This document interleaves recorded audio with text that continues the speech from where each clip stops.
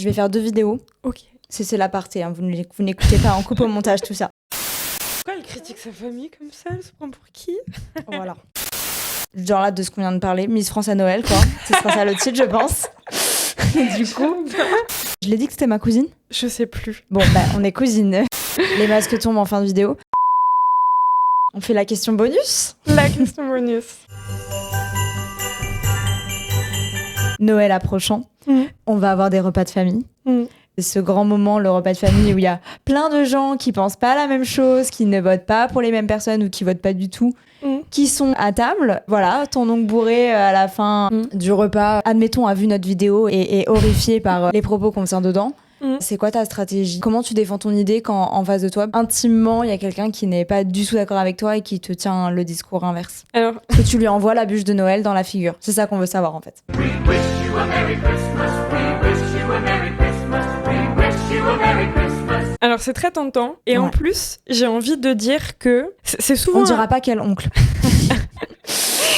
C'est souvent un sujet, ça, à l'approche des fêtes. On se dit toujours, ah, mais comment on fait pour que notre tonton raciste, sexiste, comment on fait pour que ça se passe bien? Bah, j'ai envie de dire que ça se passe pas bien.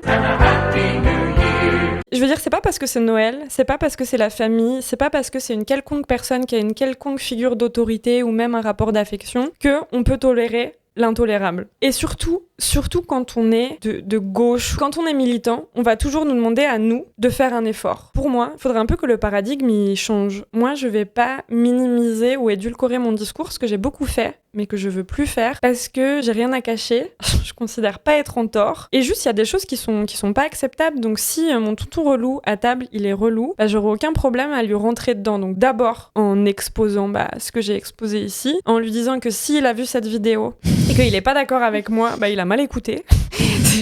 Pourtant, on parle dans un micro vraiment très qualitatif. Hein. Et en fonction de ce qu'il dit, soit le renvoyer soit à ses biais racistes, soit à son ignorance, et soit lui demander... La question générale qu'on nous pose, c'est est-ce que vous condamnez le Hamas? La réponse générale, oui. Du coup, très bien. Est-ce que vous condamnez le gouvernement israélien? Oui. Voilà. Aussi. Et du coup, là, si la réponse de tonton relou est non, et ça va être de lui dire, donc du coup, ton problème, ce n'est pas que des gens meurent, c'est que des gens affiliés comme blancs ou de tradition judéo-chrétienne meurent, mais quand ce sont des arabes ou des musulmans meurent, là c'est pas grave, là c'est une défense. Je pense qu'il faut pas avoir peur des mots et faut garder une boussole, et il y a des choses qui sont pas tolérables. Donc là, alors je te préviens, du coup, j'aurais aucun problème à gâcher la Noël. Bûche.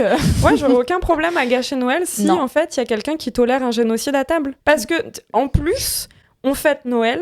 Donc, pour des personnes chrétiennes, c'est quelque chose d'important. Si on tolère ce genre de discours alors qu'on est à Noël, à une fête chrétienne, mais on n'a rien à faire ensemble, en fait, on n'a rien compris. Et tant pis, si après c'est à moi qu'on en veut, et j'aurais aucun problème à avoir des problèmes avec tous les gens autour de la table. Donc, je veux bien discuter, argumenter, finir par m'énerver. Et si je vois que je finis par ne pas avoir de soutien, ce dont je doute, je n'aurai pas de mal à quitter la table, du coup. Et oui, et après, ça va être aux gens de finir. Ça, c'est toujours le reproche après qu'on fait, c'est qu'on peut plus discuter, on peut plus rien dire. Alors ça, c'est ma préférée. Enfin, si, on peut dire plein d'autres trucs. Enfin, on peut dire vraiment plein de nouveaux trucs, mais ça, il y a des gens nostalgiques. C'est toujours le reproche qu'on fait du coup, vous savez pas discuter. Vous êtes rabat-joie. Mais en famille ou même avec tes potes qui sont pas forcément d'accord avec toi. C'est aussi dur de discuter parce que les gens essayent de fermer le débat avec des phrases toutes faites de type c'est trop facile de dire ça. C'est pas discuter avec nous que de dire t'es rabat-joie. Après, je pense que c'est important en fait de continuer de parler, et ça je le vois notamment pour ma prise de parole sur les réseaux sociaux. J'ai hésité à le faire. Et pendant tout un moment, je me suis dit, mais c'est ridicule, je suis en train de parler dans le vide. Et en fait, au fur et à mesure, j'ai eu des messages « Ah, en vrai, c'est bien ce que tu fais, moi, j'ose pas le faire. » Et en parlant à ces gens qui me disaient ça, je comprends que t'oses pas le faire parce que c'est difficile l'hostilité qu'on peut se prendre dans la figure en parlant de ce sujet-là. On arrive à se créer du soutien, en fait, quand une personne ose parler. En général, d'autres osent ensuite et ça crée une communauté de soutien qui fait du bien et qui permet d'aller plus loin. Donc c'est pour ça que je pense que c'est important de parler et de dénoncer et de pas se restreindre parce qu'on sera sans doute plus d'un à la table. Et une fois qu'une personne osera parler, d'autres rejoindront le débat. Ton réseau à toi aussi en barge info. Je trouve ça bien, tout ce que tu partages, etc. Et oui, c'est dur de prendre la parole sur ce sujet parce que ça cristallise les passions tout de suite. Et les gens, parfois, en plus, ne savent même pas de quoi ils parlent, quoi. C'est un petit peu ça. Et on a tellement éduqué les gens avec cette idée de ce sujet, il est trop complexe, c'est bien plus compliqué que ça. Le sujet n'est pas si compliqué que ça. Oui, mais alors ça, on adore. Moi, j'ai toujours l'impression d'être la quiche de service avec ma grande couronne de Miss France quand je dis que, en tant que chrétienne, je suis profondément touchée et attristée par ce qui se passe. Je trouve ça inadmissible que des civils meurent, qui qu'elle soit. Je trouve ça insupportable. Et je pense que ça ne devrait pas exister. Oui. Mais voilà, mais Miss France, merci, tes fleurs, ta couronne, tu peux rentrer chez toi, quoi. Et je trouve ça ouf que ce soit à ce point-là niais comme discours. Alors que dire ça, en fait, ça a des conséquences économiques énormes. Ah bah oui. Et on adore te renvoyer à la figure que c'est ridicule. On aime bien décrédibiliser tous ces discours dits utopiques, alors que, après, autant développer. Tu me prends pour Miss France. Alors déjà, je peux noter le caractère sexiste du fait que tu me critiques d'être Miss France quand je tiens un discours comme ça. Et ensuite, très bien, moi, voilà, derrière, ça demande des conséquences économiques, et développer un discours.